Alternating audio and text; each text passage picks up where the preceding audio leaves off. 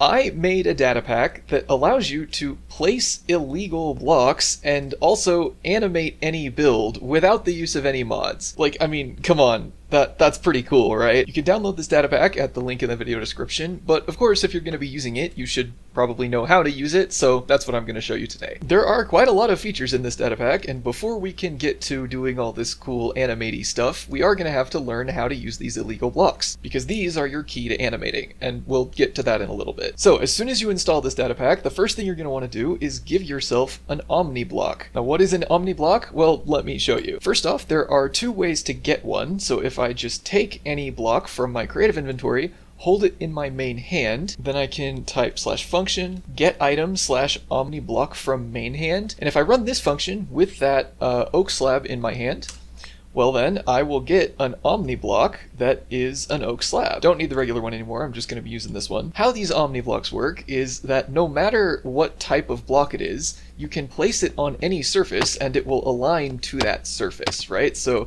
this is how I got that vertical slab from earlier. If you just take this and place it up against a wall, well, the bottom of the slab will align to the wall and it will be facing out away from the wall. You can also place them on the tops and bottoms of blocks, just like regular slabs. Now, as you can see over here, I've already been placing a few different types of Omni blocks, and it works with more than just slabs. In fact, it works with any block in the game, and dare I say, any item in the game. So if you want to get different types of these, you'll have to either just put more items in your main hand and then run that function like from main hand. But if you don't want to do that, there is another way to do it. Rather than saying Omni block from main hand, you can also say Omni block macro. And as the name suggests, this one is a macro, so you'll have to give it a parameter. And all you have to do is just say ID. You're going to pass an item ID in here, corresponding to whatever item it is that you want to display. So one of my favorite ones to do is to pass in stone cutter, right? So if I give myself an Omni block that is a stone cutter, well now I can place razor blades that face up and also sideways, and then you can click to rotate so it also faces vertically. Upside down stone cutters, but they're rotated that way. As the name Omni block tries to suggest, you can really do anything with these. Stairs are another great one because they'll place sideways like that, and then of course you can rotate them around that axis, which by the way, yeah, that is how the click to rotate works. They always rotate around the axis that goes through the face that they stuck to, right? If it's placed down like that, it'll rotate like around the y-axis.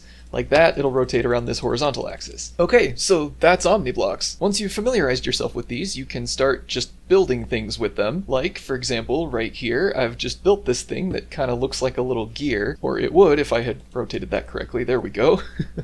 Now, when you look at this thing is just kind of begging to spin, right? Like, you really want this thing to start spinning like an actual gear. Provided every single block in this little gear build is made of Omni blocks, which, you know, you can see because I can all just walk straight through them, well, you will be able to make this thing rotate. The next thing you want to do is give yourself an item called a rotator node, which can be accomplished by running this function. And once I have a rotator node, it kind of looks like an end rod, I can just go ahead and place it down on the axis about which I want these blocks to rotate. And as you can see, once I've placed it, it will kind of glow blue, which is signifying that it has not started rotating yet, and it's waiting for these Omni blocks to be bound to it. So while a rotator node is placed in the world, clicking Omni blocks will no longer rotate them. Instead, if you click this Omni block, it will start glowing, signifying that it has been bound to this rotator node. Now I can go ahead and do that with all 4 of these blocks. Once I'm happy, once all of the blocks that I want are bound to the rotator node, I can just click the rotator node again, and it will start rotating. And that is exactly what I did with this big build over here. It's just a lot more Omni blocks and took me a lot longer to set up. Okay, so what if I want to build like a gear system? Maybe I'll build another gear right next to this one. I'll build this one out of birch stairs because why not, right? Omni blocks in place, I'm going to place the rotator node,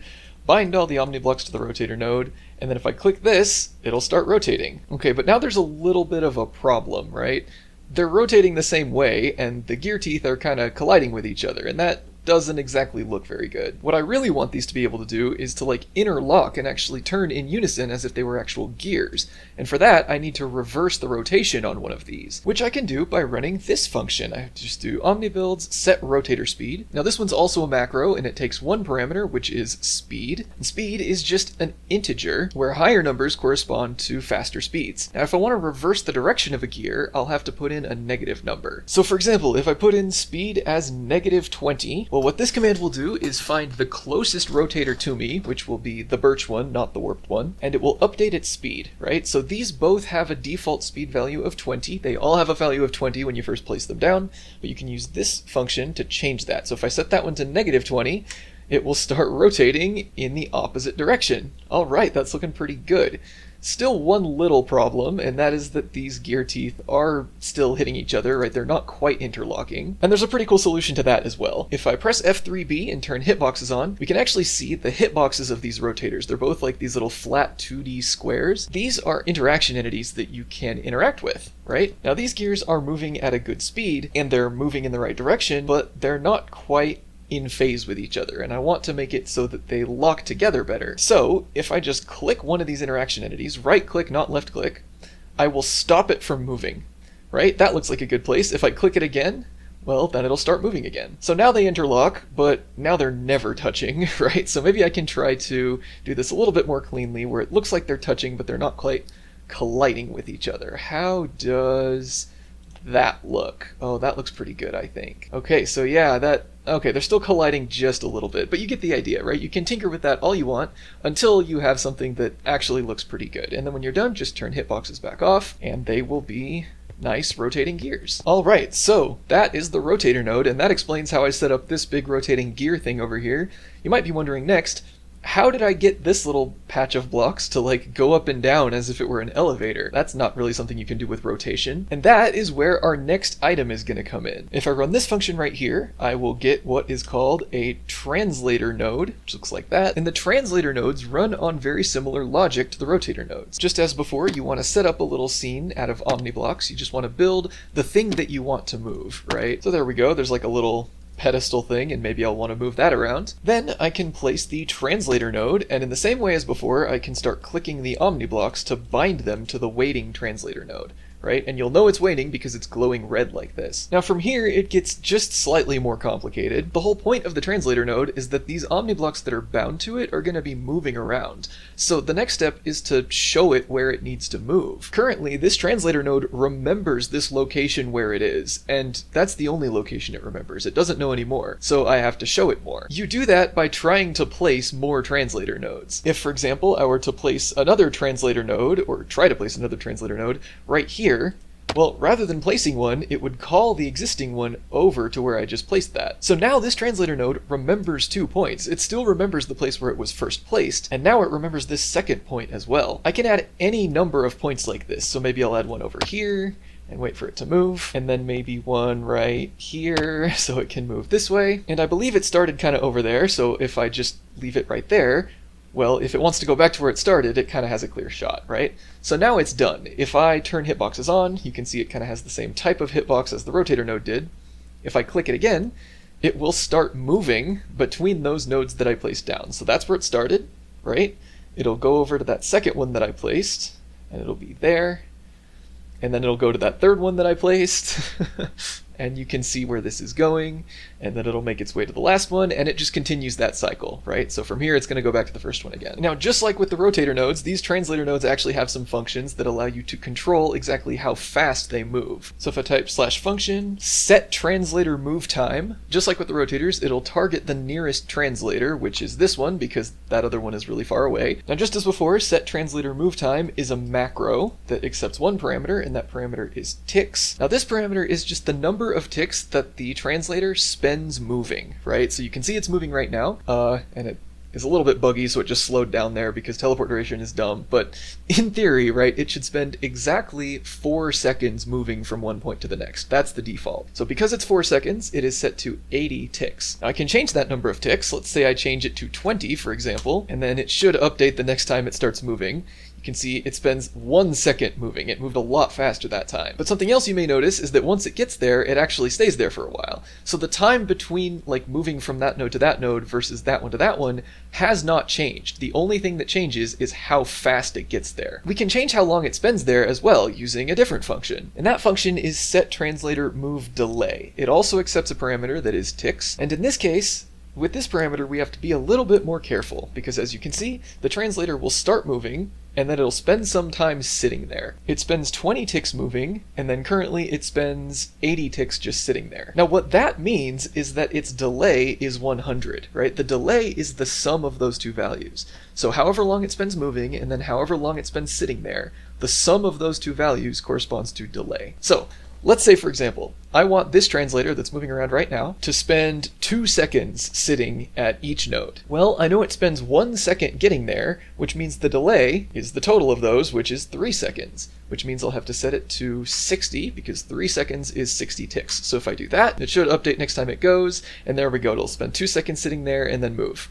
Then 2 seconds spinning there, and then move, right? So I've sped it up by quite a bit here. That's how you adjust the translator settings. Now there is one last one we can do here, and that is set translator move delay current, which allows you to actually edit how long the translator spends sitting at one individual node, particularly whichever one it's at right now, right? So if I set this one down to 20, which means it's equal to its move time, well, then that means whatever node it was at, which is, this one right here, it will have the same delay as move time, which means that the time it spends sitting there will actually be 0. And as you can see, it came over and just bounced and went on to the next one. So that one allows you to fine tune how long it spends at the individual nodes rather than just all of them at the same time. Okay, I'll turn hitboxes back off for a sec. Unfortunately, there's not a way to fine tune that for the move time because the move time uses an interaction entity parameter called teleport duration. And teleport duration is kind of buggy, especially if you set it to lower values, it'll like stutter and it will not do what you want it to, and trying to set it for each node is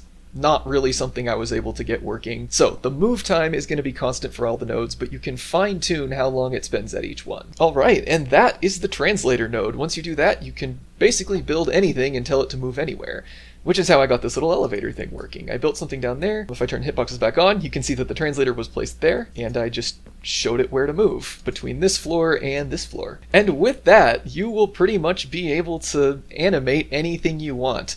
If you just learn how to use the Omni Blocks, learn how to bind them to rotators and translators respectively, then pretty much any animation is within your grasp. Like I said, this is just a data pack. It doesn't have any mod dependencies at all. You can just install it in a vanilla Minecraft world, and you can make for some pretty lively stuff. Now, there are a couple more features in this pack that are more just for fun, and I would kind of like to show them off real quick. This entire project was originally inspired by a build challenge that I participated in, which was hosted by the YouTuber Leon SBU. It was a very fun build challenge. I will leave a link to the video that he published about it down in the description. I came in and made a much more rudimentary version of this with just the Omni Blocks and the rotator, and I didn't have the ability to pause. Oh, which by the way, you can pause the translators too here. If I go ahead and right click it, it'll just stay at that node forever. And then if I click it again, it'll start moving again, like that. But yeah, anyway, I came in with just a command block contraption that allowed me to place the Omni Blocks and the rotators. And people in the comments of that video really seemed to like it, which is why I decided to turn this into a data pack and release it to the public for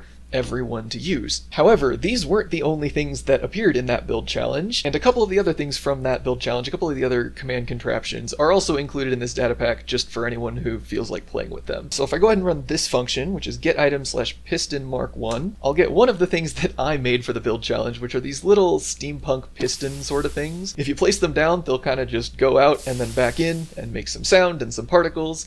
You can place them on different faces and they will extend and contract. Not really anything to do with Omni Blocks or animators or anything like that. I just thought these were cool and I wanted to include them. You can also pause these by right clicking, so I just clicked on that one. It is stuck in its extended state. If I click it again, I'll let it contract, and then I can click it there, and it'll be stuck in its contracted state. And then finally, aside from all of this fun stuff, in that build challenge, I was not the only coder. There was one other person in that challenge making command block contraptions, and that was Howziki, who's a pretty popular YouTuber. You may have heard of him, and he's also very talented with commands. He made this incredibly cool steam vent thing that would just like puff steam and make it look like something was spewing smoke. And I went ahead and asked him if I could attempt to recreate his creation for the purposes of this data pack that I'm making, and he said I could. So without further ado, the last feature of this data pack is Howziki's steam vent. You get it with this command, getItem/steamjet, and this is another item that you can just place on any surface. So if I just place it down, it'll start puffing steam.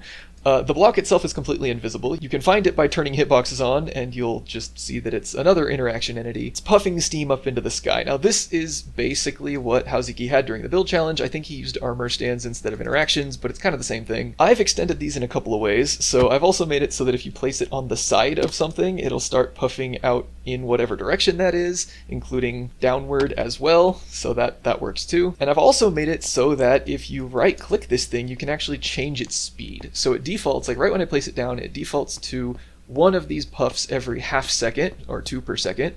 If I click it, it will speed up a little bit, and if I've clicked it that many times, it's now going about twice as fast as it was before.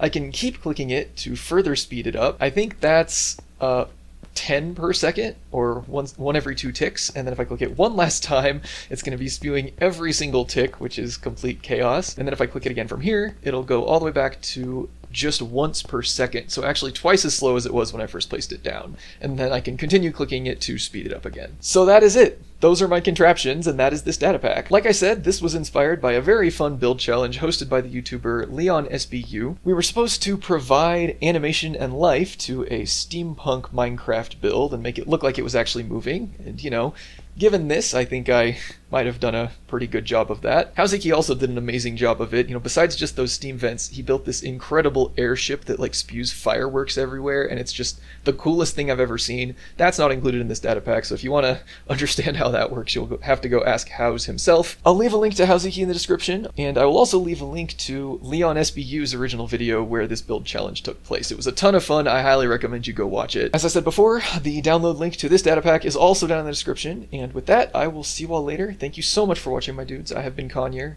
It's been a pleasure.